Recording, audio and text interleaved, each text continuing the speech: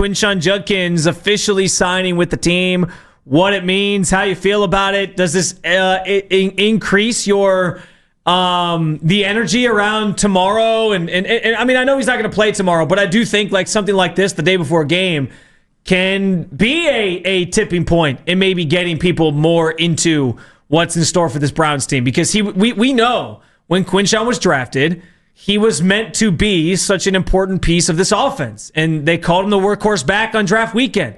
We all had visions of like this power back, sort of similar to Nick Chubb, that can do some damage in the run game and, you know, get Kevin Stefanski's offense back to prominence, and then like the play action stuff that Joe Flacco can run off of that. And so this does add to or change the identity, I think, a little bit of this Browns team, and it's a pretty big deal. I know he's not going to be out there tomorrow. I don't know if he's going to be out there in week 2. As we shared, there's an exemption here from the league that allows the Browns to basically keep him on the active roster. He can't play, but he can practice. It's like they have a 54th player on the roster for now for 2 weeks and get him kind of up to speed. And so we'll see if he's able to go next week. I don't know. I kind of feel like that's a quick turnaround now that I think about it more, because yes, like he's probably been in football shape. He's probably been doing things on his own. He's probably been studying the playbook. But I almost wonder if the Browns will. I guess it kind of depends though. Like if you lose tomorrow, maybe you're like, we got to get him back out there ASAP. If you feel like he's ready to go, but you're trying to squeeze basically what 5-6 weeks of work. Yeah, with the team into a 1 week period to get him ready. Like I almost feel like he's going to need that second week, but maybe I'm wrong. Maybe he can learn quickly and it'll be okay. And then he'll be out there against Baltimore in week 2. Well, I mean, between OTAs and 4 p.m. today when he gets back to Berea to sign, he's not going to have been at the facilities. So there's like, it is a lot to ask of him to, in 8 days' time, go out there against the Baltimore Ravens defense. And then, you know, as Michael mentioned, like, oh, just throw him out week 3 against the Packers. Okay, you're going to throw him out against Micah Parsons and that defense? Like, I'm sure he's in terrific shape. I'm sure he's been well, it sounds working like by out week day 3, and night. he almost has to play. But yeah. Well, because that's as long as the exemption is. Yeah, I wonder if you can like extend the exemption or if it is just the 2 week thing. I don't even know if it's about that by that point. I think at that point you probably feel like he's got enough under his belt that you can put him out there in some capacity. Mm-hmm. I just wonder if, like, again, it's a week's time to get him ready for Baltimore, and I'm not anticipating he's going to be like leading the pack against Baltimore either. It would probably be like, hey, let's get him a few snaps here or there, get him worked into the run game with plays that we know he knows already. But I just wonder if like that's even too quick of a turnaround to have him like fully ready to go, lead guy out of the backfield. So I still think it could take some time here, and that's on top of the fact that at some point he might get suspended too. This is going to be a slow ascent for him. I think, as you mentioned, like let's go under the premise that he will be active next week or even week 3. That's going to be your 5 to 10 carries, you know, not anything too crazy. It's going to be the just basic offense.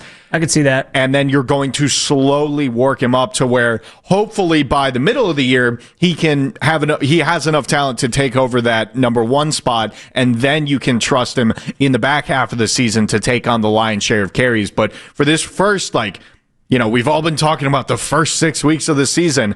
I wouldn't expect too much from Quinn Sean, at least off the rip.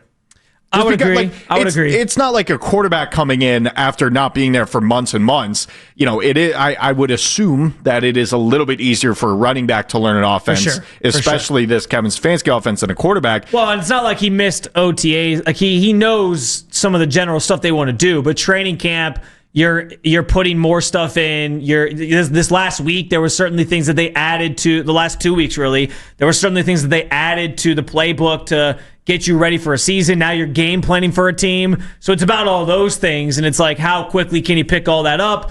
It's you know, practicing with, like, all that stuff matters. Like the chemistry of the team and the offensive line with their running backs, understanding what a guy likes to do.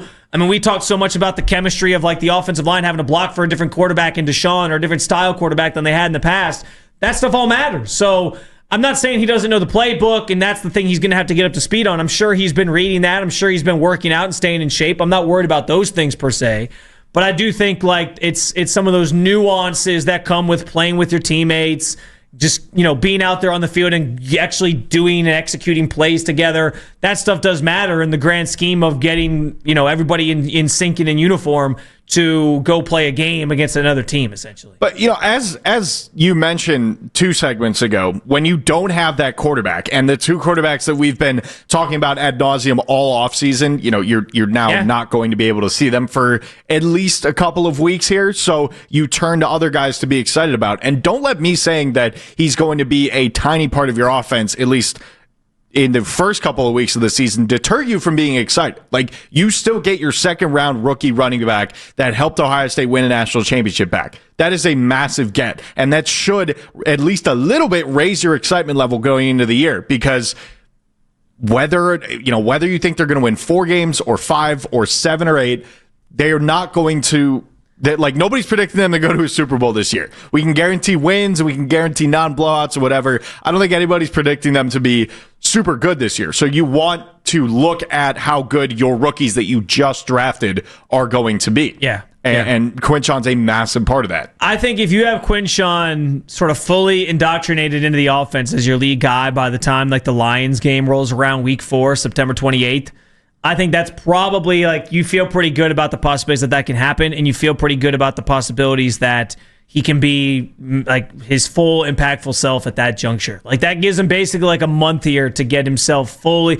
Again, not saying he won't play before that. This exemption only goes through week 2, so it sounds like he's going to probably have to play in the Packers game in some capacity, or at least be active for the Packers game.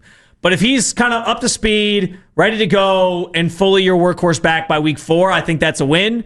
If it takes a little longer than that, though, I wouldn't be surprised. Especially if the offense is kind of in a good spot and they're sort of just rotating these guys, and then he doesn't take over that role till later on. I can see that happening. So yeah, it has slow played to an extent the start of his rookie season, and a rookie season that we were all excited to see because we all imagine he's going to be so important.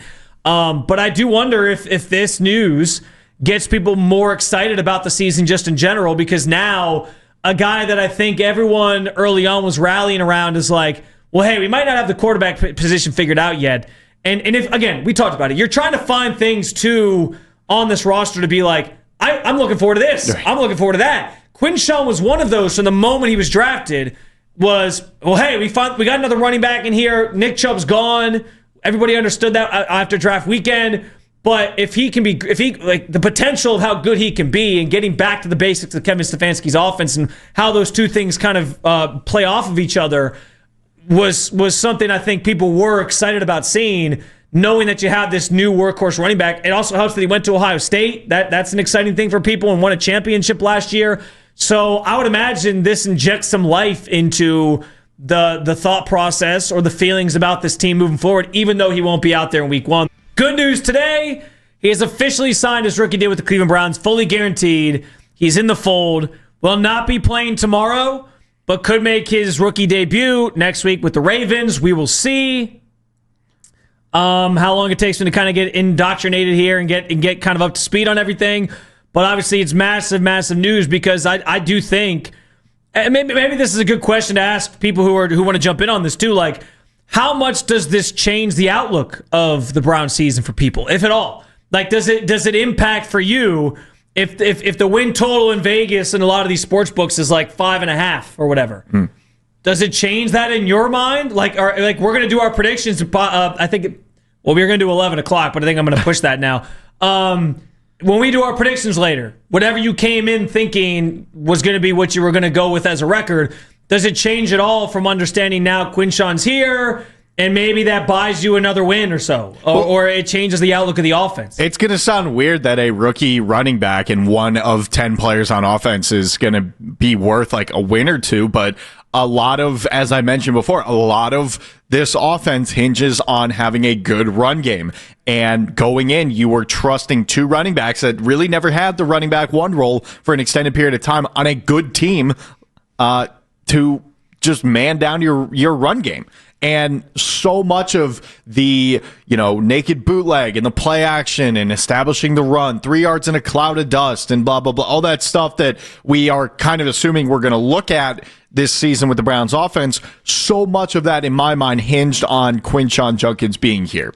And I hope that Dylan Sampson can be the guy that steps up eventually and takes over the Jerome Ford running back 2 role, but having Judkins as your running back 1 and then bringing Sampson in, like, that looked massive to me. I totally bought into the idea of the, our version of Sonic and Knuckles that the Detroit Lions had. Like, I think if there was a pick that I was most excited about this year, it was Quinshon. Same. Especially replacing Nick Chubb. Yeah. I was talking up Quinshon during the pre-draft process, like lead up to the combine and everything. I was like, because here's the thing, like during the run of the championship that Ohio State had, it clicked for me, like the second game of that run where I was like, you know who this guy is?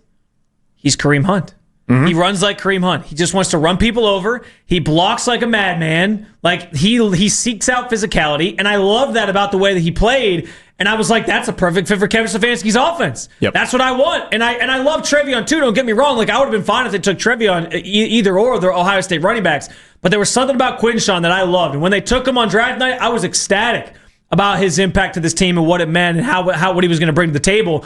So yeah, like I theoretically, in a perfect world, I think this probably would impact like my feelings on the direction of the season a little bit. I'm not saying that they now go from like 5 wins or whatever to, well, now they're going to be in the playoffs with Quinshon. I don't think he's worth that many wins in terms of an offense that has some limitations and some issues. But I do think like I would be willing to take that extra step of like saying he's probably worth at least one more win. But my problem is we don't know if he's going to get suspended. And that's the big thing right now is like, okay, this is great. This is huge news. I love the fact that Quinshon's going to be back in the fold. I think his impact on this team is going to be massive. I said it way back when he was going to be the most impactful rookie because of how much they were going to rely on him in the run game and how much that was going to be the identity of this offense. But I'm also like, okay, but is he going to play a whole season? Until we get that missing piece of, is he getting suspended? I don't know that I can sit there and say, like, this changes the outlook massively for the Browns, even though I think it could if he's actually out there. Well, you mentioned it earlier. Maybe not massively, but change it a little bit. Quinshon's rookie season is already off to this, bad start. And look, he put himself in this situation. I know there's no legal case anymore, but there is still that situation with it. I'm absolutely pissed at the NFL right now for just dragging this thing out and, slow playing it and no going it to literally at 9:00 the day before week 1 of their regular season game. You finally get the contract that, he was purportedly always wanting in this guaranteed deal. I needed more from the NFL. I need the NFL to do a little bit better with that because we can't be in this situation where we're talking about him finally getting signed. Your fans' excitement goes through the roof because your second-round rookie running back is back, and then what's going to happen? The suspension that we talked to Cameron Justice. She said, it's still out there. That suspension is still very much so on the table. Is he going to play and then get suspended? They put themselves in a very precarious situation. Here's the thing. it's not like that wouldn't be the first time that happened, by the way, because Rashee Rice was dealing with all his stuff. He played last season, or he would have played last season had he not gotten hurt, and then he didn't get suspended until this year. So it's that certainly has happened before. Maybe the suspension would get pushed to next year. Who knows? You're not wrong in that the NFL takes an exuberant amount of time for these things a lot of the time. I will say this one did happen back in July, so to gather all the information, I don't know how long that process takes. The NFL does their own investigation. I feel like we complain about this all the time and not much changes because the NFL is going to be the NFL and they're going to take their time and they're going to do the process how they do the process. Whatever their process is, however they go about gathering information, however they go about investigating themselves, it always seems to take longer than anybody ever wants. And so this is what we're sort of left with. So I understand where you're coming from. It could be this dark cloud sort of hanging overhead for most of the season where is he going to get suspended? Is he not going to get suspended depending on how long it takes? But until we know that piece, we don't know fully what his impact's going to be this year because we're all waiting on to find out. But you're right. It takes a long time. And I thought we'd have an answer sort of in that in-between week between the end of the preseason and week 1 where they practice, but there's not really a game. I thought we'd kind of have a better sense then of what was going to happen, and we didn't. So once that happened, I was kind of well, now all bets are off. And now here we are the day before the season starts talking about it. Yeah, you and I kind of seem like we both agree that this maybe doesn't change the win total on our prediction like that drastically, but it does make us a lot more optimistic about like what this season can look like. The counter argument to that is we have no idea how long it's going to take him to build up to playing speed, what he's going to look like in those first couple of games, and then you throw on the fact that he could still get this 4 to 6 game suspension that we've been talking about. So you have no idea what he's going to look like his rookie year now. Yeah. Like, it could be first 4 weeks, he's little to nothing on offense, then he gets suspended. Now you're looking at week 12 where he's finally getting his first legitimate playing time. Like, that it's a total whole wrench in this season.